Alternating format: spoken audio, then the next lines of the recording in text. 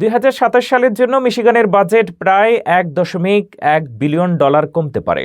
Covid তহবিল শেষ হওয়া এবং কর নীতির পরিবর্তনের বাজেট সংকোচনের মূল কারণ। রাজ্য সরকার মূল পরিষেবা বজায় রাখার জন্য খরচ কমাতে পরিকল্পনা করছে। মিশিগান রাজ্যের বাজেট 2027 সালের জন্য সংকুচিত হওয়ার দিকে যাচ্ছে।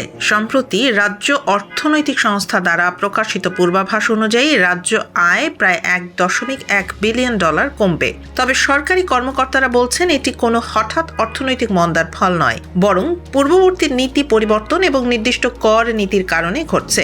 উল্লেখযোগ্য কারণে রয়েছে টিপস, ওভারটাইম এবং সামাজিক নিরাপত্তা আয়ের কর ছাড়, পাশাপাশি সড়ক উন্নয়নের জন্য অর্থ বরাদ্দ এবং ফেডারেল কোভিড তহবিলের সমাপ্তি।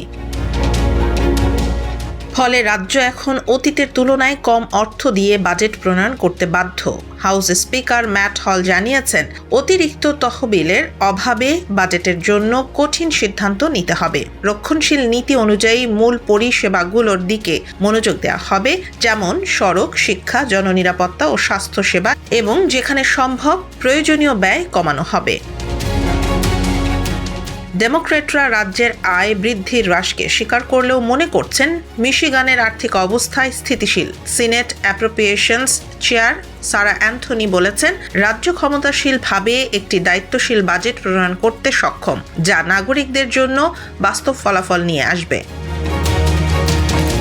পরবর্তী বাজেটে অর্থের সীমিততা নির্ধারণ করবে, কোন প্রোগ্রামগুলো অগ্রাধিকার পাবে এবং কোন খাতে কাটছাঁট হবে। বাজেট প্রণয়নে এই সিদ্ধান্তগুলো সরাসরি সাধারণ মানুষ ও রাজ্যের গুরুত্বপূর্ণ পরিষেবার ওপর প্রভাব ফেলবে।